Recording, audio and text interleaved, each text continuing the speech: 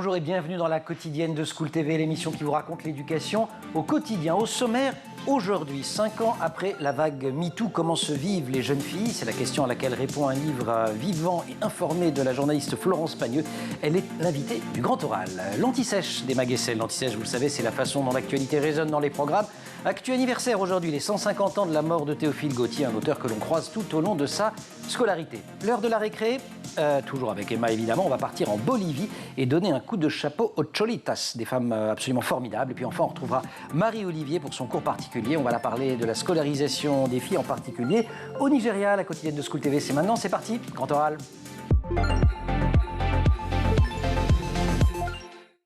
Elles sont plus de 800, elles avaient entre 8 et 15 ans quand MeToo a commencé. Elles ont répondu à une vaste étude intitulée « Aux filles du temps ».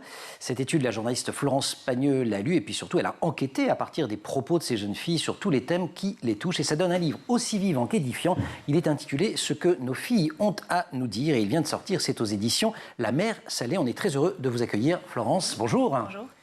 Vous êtes aussi journaliste à La Croix, effectivement, du côté de Nantes. Oui. Correspondante.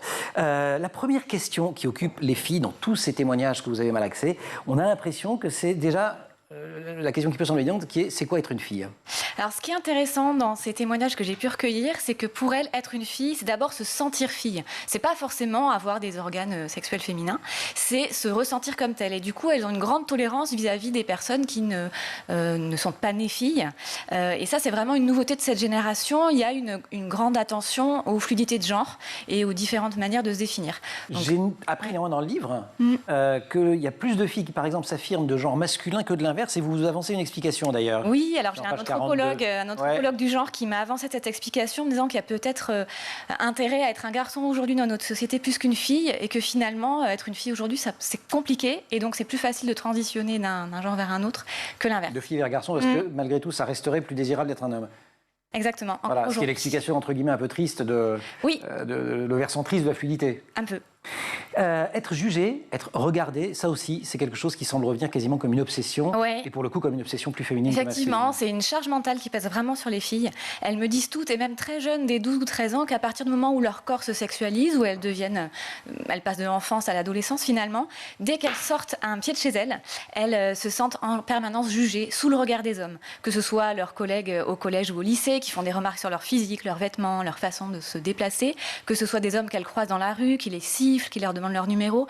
Donc elles me disent, le matin quand on est devant notre armoire, quand on met une jupe, on se dit, ah mince, est-ce qu'il ne va pas m'arriver quelque chose parce que j'ai mis une jupe et parce qu'elle est un peu courte. Donc ça, c'est un manque de liberté qu'elles dénoncent fortement. Et parfois d'ailleurs, elles compensent. Elles vont mettre la jupe, mais les grosses chaussures... Oui, voilà, la jupe, mais des grosses chaussures pour compenser, puis peut-être des chaussures à coque pour se défendre s'il faut.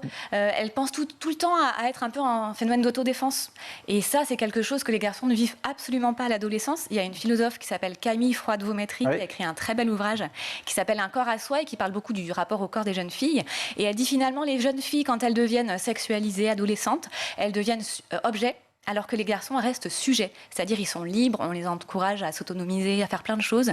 Et les filles, on veut un peu les garder par devers soi, à la maison. On ne veut pas qu'elles sortent parce qu'on a peur pour elles. Et ça, cette différence entre le garçon sujet et la fille objet, c'est une vraie préoccupation. En tout cas, depuis que j'ai lu votre livre, quand je vois une jeune femme, ou pas jeune d'ailleurs, mais bref, dans la rue, effectivement avec une jupe, mais des grosses chaussures, je me dis pas, tiens, c'est la mode maintenant. Je me dis, tiens, il y a peut-être eu une question ce matin devant l'armoire. Vous le rappelez, la question du genre, de la définition du genre, elle est ancienne, vous plongez dans l'histoire, mais en quoi elle se formule différemment aujourd'hui? Et vous dites notamment qu'il y a une montée des revendications de non-binarité que vous datez très précisément en 2018-2019. Alors ça, c'est ce que m'ont dit les observateurs que j'ai rencontrés. Et effectivement, ils ont l'impression que les réseaux sociaux jouent beaucoup là-dessus, qu'il y a une forme d'acculturation à tous ces sujets-là sur les réseaux sociaux. J'ai interviewé une militante féministe qui a une vingtaine d'années qui me disait qu'elle avait mis du temps à s'acculturer sur ces sujets-là et que les adolescents d'aujourd'hui, dès 13-14 ans, ils savent beaucoup plus de choses qu'elle sur toutes ces questions-là. Donc il y a vraiment une accélération. Là, c'est vraiment la montée d'Insta, de TikTok. Il y a énormément de comptes sur Insta qui racontent tout ça, ces transitions de genre ou ces questions de fluidité et qui intéressent beaucoup les jeunes et qui déroutent beaucoup les parents, les éducateurs et les enseignants qui ont vraiment besoin de se former à ces sujets-là parce que c'est quelque chose qui est nouveau. Vous avez aussi, ou en tout cas il a été demandé dans cette enquête aux garçons ce qui les définissait. Et là, deux mots, liberté Privilège. Et privilège. Exactement. 2 mots qui ne sont pas du tout associés aux filles, hélas. Et à côté de ça, les filles, elles sont pas contre les garçons. Elles définissent pas ces mots-là en disant on est contre eux et on veut agir contre eux. Elles ont envie d'en faire des alliés. Et elles sont même parfois empathiques avec certains garçons qui ne correspondent pas aux normes de virilité qu'on véhicule. Elles se disent, les pauvres, ceux qui sont timides, un peu frêles et qui correspondent pas au modèle dominant, peut-être qu'eux aussi, ils ont envie que ça change. Donc elles n'ont pas du tout de véhémence envers les garçons. Je vous le confirme. En tant qu'ancien jeune. Florence Pagneux, 814 jeunes filles de 13 à 20 ans, elles ont été interrogées fin 2020, début 2021 à l'initiative d'Alexandra Benamou du collectif Lady de Nantes avec l'appui de sociologues Anaïs Letelec et Clara Vince. Et c'est ce formidable matériau à partir duquel vous avez travaillé. Vous êtes par ailleurs journaliste à La Croix et vous avez écrit ce que nos filles ont à nous dire. On va évidemment continuer à les écouter, ces filles, à travers votre voix, mais ce sera après l'Anti-Sèche et Maguessel.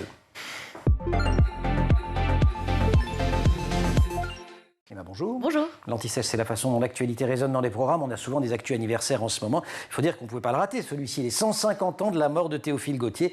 Vraiment un auteur qui parcourt les salles de classe. Tout à fait. Théophile Gautier, né à Tarbes en 1811, est mort à Neuilly-sur-Seine en 1872. À côté d'ici, puisque le siège. Tout à fait. C'est pour ça que je l'ai dit. Nos studios sont à Neuilly-sur-Seine. Exactement.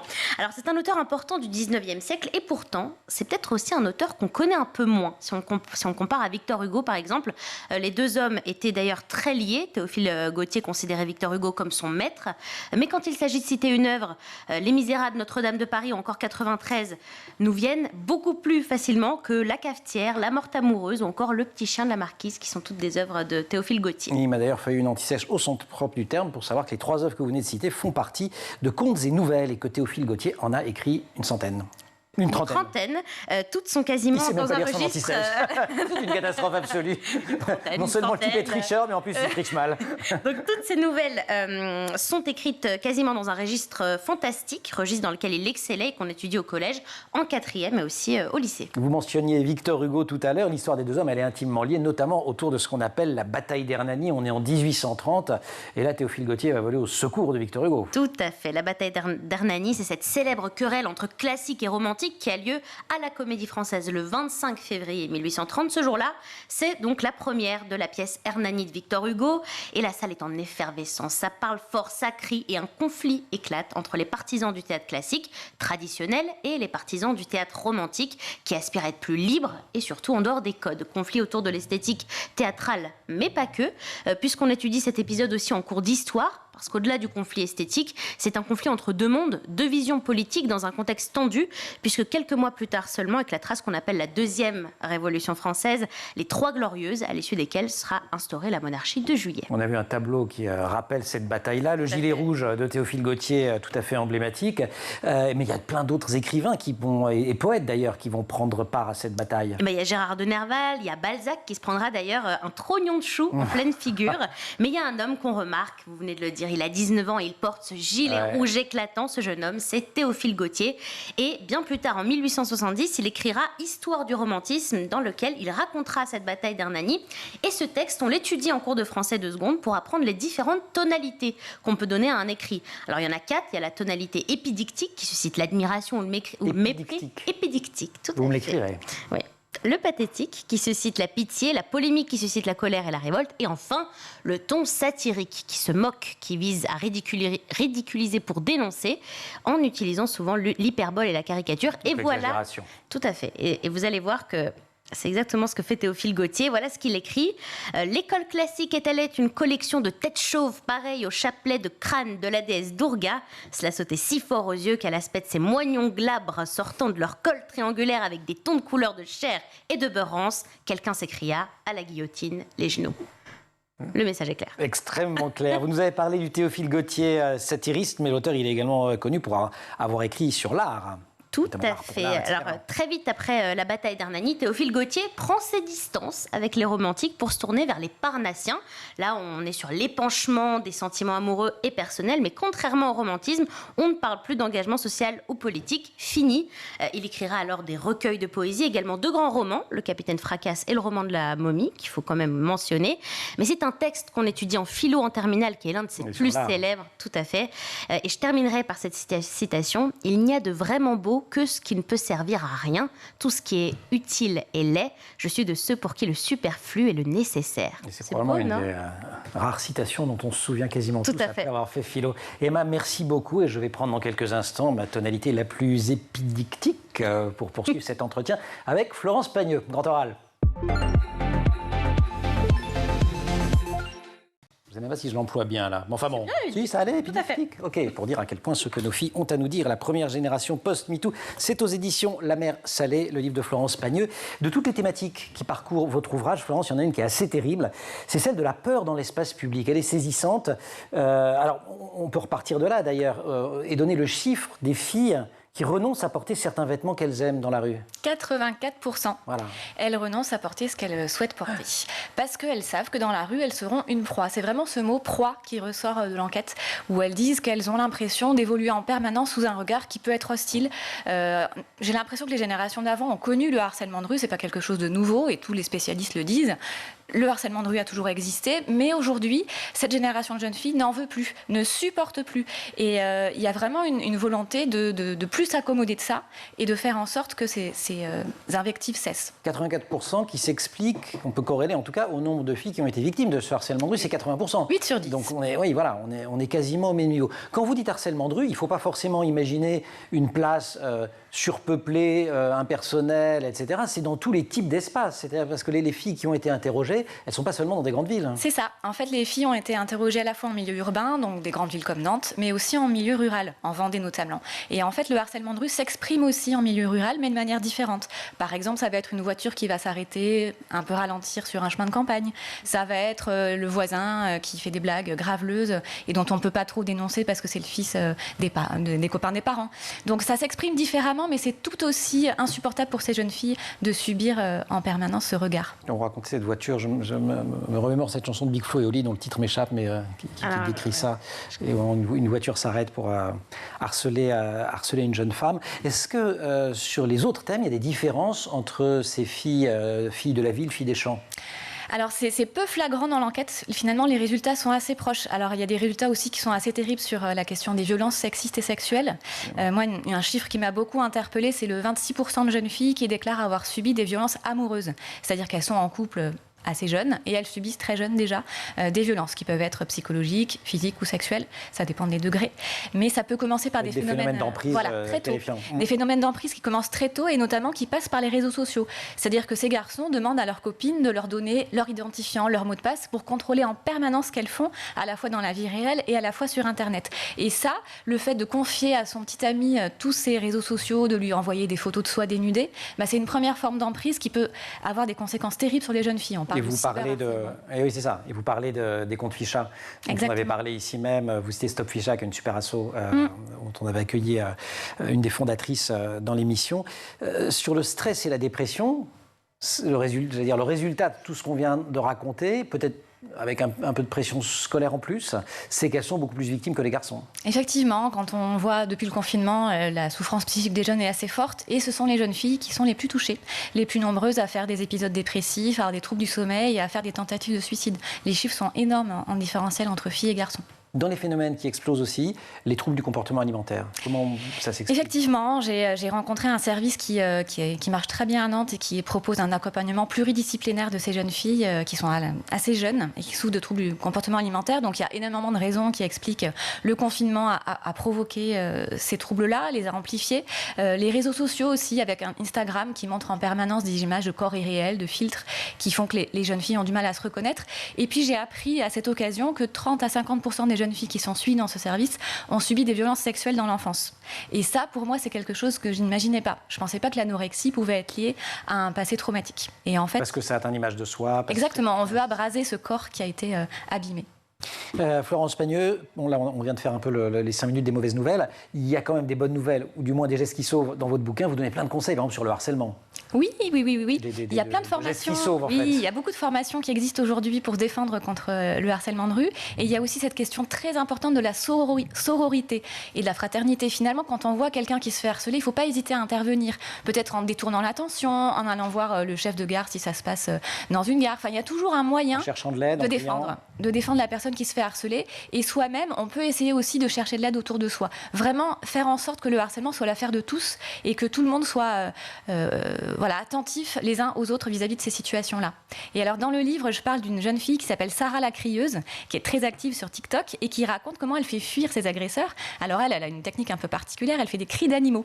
Elle imite le dindon, la poule, etc. Et je viens de m'apercevoir que la RATP, qui lance une grande campagne de prévention du harcèlement dans les transports, vient de recruter cette jeune fille pour sa campagne. Donc, c'est intéressant de voir que même les pouvoirs publics et les institutions prennent ce sujet-là à bras-le-corps. Et le prennent au sérieux. Ça, c'est récent. Non seulement la conscience féministe est plus forte chez les nouvelles générations, mais elle est également plus intense. Citation, on a un renouvellement militant très important et aussi un désir de radicalisation que l'on retrouve dans d'autres mouvements sociaux comme les luttes climatiques, par exemple. C'est Christiane Brard, historienne du féminisme, que vous citez dans le bouquin. On va évidemment continuer à parler de tout ça avec vous, Florence Pagneux, mais ce sera après la récré. Et je précise, on va en parler, que si les cours de récré, les vrais, appartiennent aux hommes, celles de la quotidienne est le royaume absolu d'Emma. La récré. Cours de récré non genré, nous. C'est pire. Voilà. Enfin, ou genré, enfin bon, bref, je sais pas comment dire. J'en parlerai après. Oui, je sais. Ah ouais, c'est une habile transition de ma part. Hein. Tout ça a été pensé. On va parler de l'école. Mais avant, on va partir en Bolivie. Mais oui, en Bolivie, où un groupe de femmes a décidé de combattre le machisme en escaladant une montagne en jupe. C'est Le Petit Quotidien qui nous apprend ça, avec des images de leur périple. Alors, ces femmes, on les appelle les cholitas, c'est-à-dire... Elles ont un look... Ah ouais, elles ont un look d'enfer. Ouais. Les casques et tout. C'est traditionnel, piolet. Tout à fait. Donc, les cholitas, c'est ça. C'est des femmes qui continuent à porter la tenue traditionnelle, les vêtements du peuple Aymara, dans la région du lac Titicaca. En guise de sac à dos, elles portent leurs affaires dans un aguayo, un baluchon traditionnel en tissu rayé. Et Le Petit Quotidien fait sa une sur elle parce que c'est la première fois. Alors, ça fait 7 ans, qu'elles gravissent des montagnes. Ça a commencé parce qu'elles en avaient marre, en fait, de faire à manger pour les alpinistes hommes et de porter leur sac. Elles ont donc voulu prouver qu'elles aussi, elles étaient capables de gravir des montagnes, qu'elles étaient fortes. L'une d'entre elles a confié à l'agence France Presse, il y a beaucoup de discrimination à l'égard des femmes en Bolivie, donc c'était important pour elles de le faire. Et en 7 ans, elles en ont escaladé beaucoup des montagnes. Alors, elles ont atteint le sommet d'une douzaine de montagnes déjà, et pas qu'en Bolivie, au Pérou et en Argentine aussi. C'est une petite bande, elles sont 14, la plus jeune a 18 ans et la plus âgée 42, et ensemble elles accomplissent des exploits. Par exemple, cet été, elles se sont données pour défi de monter tout en haut du Huayna Potosí, une montagne de 6088 mètres de haut. En comparaison, le Mont Blanc mesure 4808 mètres. Et le défi, elles l'ont réalisé? Mais non seulement elles l'ont fait, mais pour fêter leur performance, elles ont joué un match de foot pour dénoncer le sexisme tout en haut là. Mais oui, mais bien sûr. Hop, on a les photos. On a les photos, attendez, où est-ce que... Voilà. Hop, le petit match de foot. Il y a un but. Ouais. Et la prochaine étape, elles en rêvent, c'est l'Everest. Bah oui, pourquoi pas le toit du monde. Ah oui. Mais Emma, merci beaucoup. Merci. Grand oral, Florence Pagneux. Ce que nos filles ont à nous dire, c'est le titre du passionnant livre que publie la journaliste Florence Pagneux. C'est aux éditions La Mer Salée. Les inégalités sont au cœur du livre. On en parle un petit peu depuis le début de l'émission. Elle commence très tôt et l'école, et c'est là où on va venir au cours de récré, et l'école n'y est pas pour rien. Mais avant de parler quand même des cours de récré, il y a toute la fabrication des stéréotypes de genre, et ça commence extrêmement tôt. Ça commence même avant le berceau. Il y a une sociologue qui a démontré que à partir du moment où on connaît le sexe de son enfant, fille ou garçon, on ne va pas lui parler de la même manière quand on est devant le ventre de la femme enceinte. Et ça, c'est quelque chose d'assez impressionnant de voir que les stéréotypes de genre commencent même avant la naissance des enfants. Ensuite, quand ils sont gardés en crèche et qu'ils vont à l'école, ils sont en majorité avec des femmes. Ce sont des femmes qui s'occupent de ces enfants. Et ça donne dans l'idée que c'est toujours une question de femmes. Et les petits garçons qui grandissent se disent non, ces métiers-là, ce ne sera pas fait pour moi. Donc, et on retrouvera donc dans l'orientation, dans les choix d'orientation, des effets de tout cela. Il y a aussi un regard des enseignants, par exemple une bonne élève, et alors c'est pas un jugement que vous portez, c'est fondé sur des études tout ça. Une bonne élève, on dira d'elle qu'elle est travailleuse, Le bon élève, lui, c'est qu'il a des capacités. Il a du talent. Du talent, voilà. Et ça, c'est un vrai souci, cette question du talent, parce que les garçons sont beaucoup plus nombreux à s'estimer talentueux, alors que les filles, elles sont beaucoup plus nombreuses à regarder leurs échecs et pas à se sentir légitimes et talentueuses. Et alors, tant qu'on continuera... Mais ça, pardon, je vous coupe, mais c'est le regard qu'on porte sur soi. Ok, mais ce dont vous parlez aussi, c'est du regard qui est projeté par les enseignants. Exactement, mais... Florence, t'as bien travaillé. Et pas Florence, mais ils le font pas exprès, c'est inconscient tout ça. Ah oui, oui. Mais inconsciemment, ils ont tendance à demander plus aux garçons qu'aux filles, à les interroger plus, à les titiller davantage, en se disant bon, les filles, elles n'ont pas besoin d'aller aussi loin. Et donc ça, c'est très insidieux parce que du coup, les filles, elles se taisent un peu plus, elles s'engagent un peu moins et elles restent silencieuses. Ça joue beaucoup sur les prises de parole. Oui, la question de la prise de parole, c'est vraiment hyper important. Et j'ai suivi une formation de femmes d'âge mûr qui ont formé des lycéennes au grand oral, cette nouvelle épreuve du bac. Et c'était très beau à voir, de voir à quel point ces femmes plus âgées avaient à cœur de pousser les jeunes filles à prendre leur voix, à prendre leur parole. À prendre leur place, à prendre leur parole. Exactement. C'est vrai, c'est quelque chose qu'on voit dans toutes les...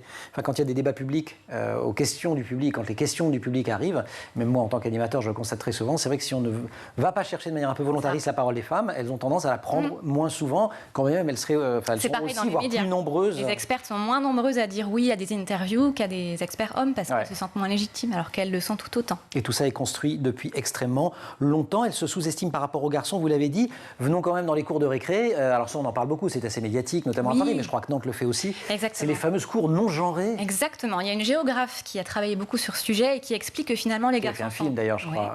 Qui sont toujours au centre, avec des jeux de ballon bruyants, dangereux. Quand on passe, on peut se prendre un ballon. Enfin, donc les filles, elles restent sur les marges, sur les côtés, elles discutent, elles font des jeux plus discrets, plus calmes. Et donc il y a des cours d'école qui veulent changer tout ça. Et j'en ai visité une à Nantes très récemment. Alors, des copeaux de bois qui ont remplacé le goudron, l'aire de jeu pour les garçons qui a été remisée sur le côté et plus au centre, des jeux en bois, des cabanes. Et en fait, les enseignants se sont aperçus que dès le premier jour d'école, le climat scolaire avait complètement changé. Il y avait moins de bagarres. Les garçons ne s'en plaignaient pas surtout. Personne ne s'en plaignait et filles et garçons pouvaient jouer harmonieusement les uns à côté des autres, voire ensemble, et que ça avait une incidence énorme sur l'ambiance. Dernière question sur ces questions de scolarité, mais dernière question aussi de ce plateau. Il y a quand même un sujet sur lequel l'éducation fait naufrage, c'est l'éducation à la sexualité. Et effectivement, c'est censé être obligatoire depuis 2001, mais il y a de nombreux rapports. On en a déjà rapports, parlé ici, donc on va peut-être pas y passer trop long, mais il faut vraiment le rappeler, c'est scandaleux. Scandaleux, oui, parce que... puisque je vous cite, absence quasi totale d'application de la loi d'un point de vue à la fois quantitatif et qualitatif depuis 20 ans, et c'est le résultat d'une étude. C'est là encore, c'est pas... Et la problématique aussi, c'est le contenu de ces cours d'éducation sexuelle. On a beaucoup axé sur le médical, sur la prévention des MST, la prévention des grossesses non désirées, mais la question du consentement qui est essentielle aujourd'hui, des relations entre filles et garçons, des sentiments, elle est très peu abordée et je pense que c'est vraiment ça l'enjeu des prochaines années, d'éduquer les relations filles et garçons. Au moins en France, les filles vont à l'école, c'est pas le cas dans tous les pays et il y a des efforts particuliers qui sont faits. On va en parler dans quelques secondes avec Marie-Olivier, si vous voulez bien, on va l'accueillir pour son cours particulier. Elle va nous emmener au Nigeria. Emma, merci beaucoup. Merci. Marie-Olivier, cours particulier.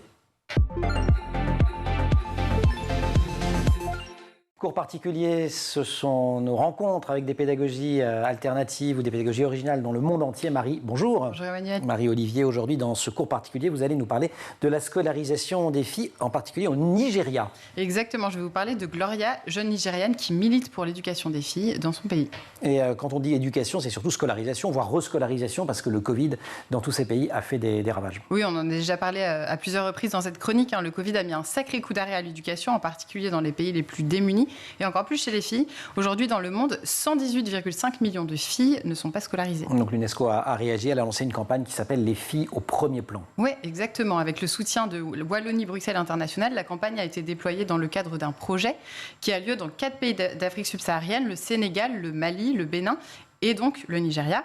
Ce n'est pas anodin, ces pays sont ceux où le décrochage scolaire des filles est le plus élevé et leur taux de rescolarisation le plus faible. Et donc cette jeune Gloria dont vous nous parlez, au début, elle fait campagne au Nigeria. Oui. Gloria Ayodeji, c'est son nom, est en quelque sorte l'ambassadrice de la campagne. Elle a 21 ans, elle est étudiante à l'université d'Ibadan, dans le sud-ouest du pays, et elle s'appuie sur son histoire. En fait, les parents de Gloria sont illettrés, ils l'ont vraiment soutenue pendant tout son parcours, et elle souhaite vraiment que d'autres filles puissent vivre la même chose. Donc que fait-elle dans le cadre de cette fonction ? Elle s'appuie sur les ressources de la campagne UNESCO, et elle a lancé par exemple une initiative pour mettre en lien des jeunes filles qui souhaitent développer leurs compétences, avec des mentors pour les guider. C'est vraiment un moyen pour les filles d'acquérir des connaissances, mais aussi un esprit critique, juridiques pour défendre leurs propres droits et ce qui est juste. Et Gloria qui s'était déjà fait connaître, c'est comme ça peut-être qu'elle a été repérée d'ailleurs par l'UNESCO parce qu'elle avait lancé une initiative pendant le confinement. Oui, tout à fait. Alors c'était pour les filles qui avaient accès à Internet, donc pas tout le monde au Nigeria, il faut bien le dire, mais elle avait lancé une formation de design. Et aujourd'hui, elle s'appuie à l'épaule des filles qui ont abandonné l'école, mais en présentiel. Donc c'est un peu le rôle modèle du moment au Nigeria, Gloria? Oui, exactement, mais c'est un peu plus que ça, parce que c'est vraiment l'éducation dans le pays, c'est vraiment son cheval de bataille, et elle a vraiment beaucoup d'espoir. Son rôle, c'est de faire évoluer un monde, d'évoluer dans un monde où l'égalité des genres est valorisée, et où, je la cite, de jeunes femmes compétentes et instruites peuvent construire des changements innovants et positifs. Et il y a d'autres actions qui sont menées au Nigeria dans le cadre de cette campagne intitulée « Les filles au premier plan », cette campagne de l'UNESCO. Oui, Gloria souhaite que cette campagne serve de plaidoyer pour les filles qui habitent dans les zones les plus reculées, et c'est ce à quoi s'attaque ce projet de l'UNESCO au Nigeria. Par exemple, les radios communautaires locales, qui touchent du coup les milieux ruraux, sont mobilisées pour inciter au retour à l'école. 4 langues locales sont utilisées, le Hausa, le Ligbo, le Yoruba et le Pidgin. Et on a une idée de l'efficacité de tout ça? Oui, il y a 820 communautés et 24 gouvernements locaux qui ont été concernés par l'action. On s'appuie beaucoup sur les chefs locaux, donc les chefs religieux, les chefs de communauté et les parents pour faire passer les messages. WhatsApp aussi est très utilisé au Nigeria. Comme dans toute l'Afrique. Oui, exactement. Et donc c'est très mobilisé. Il y a des groupes de discussion qui sont créés pour interagir sur ce sujet d'éducation des filles. Et en dehors de WhatsApp ou des radios, il y a des campagnes aussi physiques, j'allais dire? Oui, pour parler de l'importance de la scolarisation. Donc ça a concerné pas moins de 10 000 personnes en physique.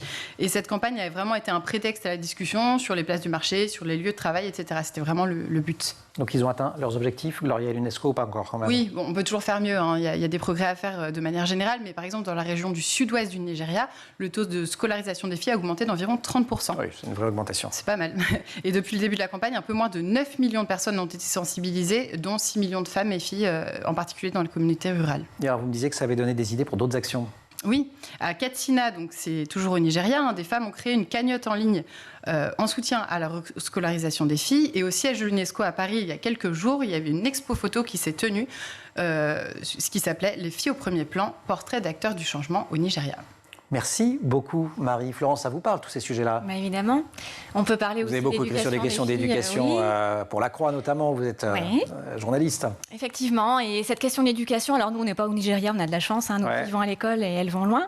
Mais elles s'auto-censurent encore dans leurs études supérieures. Elles ne vont pas vers certains secteurs, les sciences, le numérique, etc. Et j'ai beaucoup interrogé l'association Femmes et Sciences, qui mène beaucoup d'actions. Et elle me racontait qu'à l'université Paul Sabatier de Toulouse, il y a eu une initiative qui est née pour donner plus d'envie aux filles d'aller vers les sciences. Ils ont renommé toutes les rues de leur campus avec des femmes scientifiques de renom pour montrer aux filles que ces horizons-là sont possibles. Et ça, je trouve que c'est une initiative assez intéressante parce qu'on change un peu l'environnement culturel des filles pour leur montrer que des femmes peuvent aller haut et loin dans des matières auxquelles elles ne pensent pas au départ. Vous prenez des exemples positifs, mais est-ce qu'on est sûr que tout le monde a envie finalement que ces stéréotypes s'affaissent? Est-ce que c'est une vision largement partagée? Vous vous rappelez dans le bouquin qu'à un moment donné, quand Najat Vallaud-Belkacem avait voulu lancer ce qu'on appelle les ABCD du genre, il y a des parents qui ont réclamé qu'on ne touche pas aux stéréotypes. C'est un ordre du monde qui leur convient. Effectivement, des gens ont défilé pour dire ne touche pas à mes stéréotypes, alors qu'on peut imaginer pourtant que les stéréotypes, c'est des choses qu'il faut combattre. Et je pense qu'il y a une méprise sur ce que c'est l'éducation à l'égalité. L'idée, c'est pas de changer les sexes et de révolutionner complètement les choses, c'est juste de permettre aux filles et aux garçons d'avancer sur un même pied d'égalité. Donc je pense qu'il y a beaucoup de méprise et beaucoup de politique là-dessus, alors que finalement on demande juste pouvoir dire à un garçon qu'il a le droit de pleurer s'il a envie parce que c'est autorisé, pouvoir dire à une fille qu'elle peut aller vers des études scientifiques et faire des maths et que c'est aussi pour elle. Donc finalement rééquilibrer des choses qui sont depuis trop longtemps inégales. Marie Opine-Dubonnet. Absolument, très d'accord. Florence, merci beaucoup. Qu'est-ce qui vous avait donné l'idée d'ailleurs de ce bouquin? C'est une éditrice qui est venue me chercher parce qu'elle savait que c'était des sujets qui me parleraient. Super. Édition La Mer Salée, c'est le titre du nom de l'éditeur. Ce que nos filles ont à nous dire, la première génération post-MeToo. Du témoignage, beaucoup de témoignages, mais également beaucoup d'enquêtes. C'est un livre absolument passionnant. Merci de nous avoir rendu visite sur le plateau de la quotidienne de School TV. Merci évidemment à Marie. Et merci à toute l'équipe. Au maquillage, Laure Audemont, Marine Plantec pour la préparation de l'émission. Assistée aujourd'hui en régie par Laura Girard. Pour le son, c'est Alexis Oustabassidis qui est officier à la réalisation. Ulysse Touré et Angel Jean Girard. Vous restez évidemment sur School TV et nous, vous nous retrouvez en permanence sur Internet et sur les réseaux sociaux.